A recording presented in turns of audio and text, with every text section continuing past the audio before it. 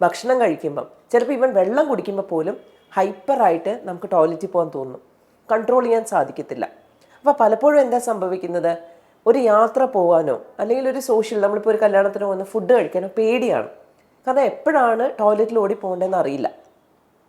രണ്ടാമത്തെ ഒരു സിംറ്റം, വയറിന് അതിയായ വേദന വരിക, ഗ്യാസ് നിറയുന്ന മാതിരി തോന്നുക, ദഹിക്കാത്ത ഭക്ഷണം അതേപോലെ പോകുക. ഇതെല്ലാം ഈ രോഗത്തിൻ്റെ ലക്ഷണങ്ങളാണ്. പക്ഷേ ഈ ഇറിറ്റബിൾ ബവൽ സിൻഡ്രോം തന്നെ 2 തരമുണ്ട്. ഇതിപ്പോൾ ഞാൻ പറഞ്ഞത് ഡയറിയ ബേസ്ഡ് ആയിട്ടുള്ളത്, അത് ഡയറിയ പ്രീഡോമിനൻ്റ് ആണ്. ഇത് കൂടാതെ കോൺസ്റ്റിപ്പേഷൻ ഉള്ളതുമുണ്ട്. കോൺസ്റ്റിപ്പേഷൻ എന്ന് പറഞ്ഞാൽ മലബന്ധം അല്ലേ. അപ്പം ഈ മലബന്ധമുള്ള ടൈപ്പ് ഉള്ളവർക്ക് എന്താ പ്രശ്നം എന്ന് വെച്ചാൽ, ഭക്ഷണം കഴിച്ചു കഴിഞ്ഞാൽ 2-3 ദിവസത്തേക്ക് ഓഫ് കോഴ്സ് മലബന്ധമാണ്, ടോയ്ലറ്റിൽ പോകാൻ സാധിക്കില്ല. അതോടനുബന്ധിച്ച് ഗ്യാസ് വന്ന് നിറയുക, തലവേദന എടുക്കുക, വല്ലാത്ത ശരീരത്തിൽ ക്ഷീണം തോന്നുക, ചിലപ്പം കീഴ്വായു പോകുക, അതിലും സ്മെല്ലോട് കൂടിയുള്ള കീഴ്വായു. ഇതൊക്കെ പലപ്പോഴും ഒരു ഇറിറ്റബിൾ ബവൽ സിൻഡ്രോം കോൺസ്റ്റിപ്പേഷൻ ടൈപ്പിൻ്റെ ലക്ഷണങ്ങളാണ്.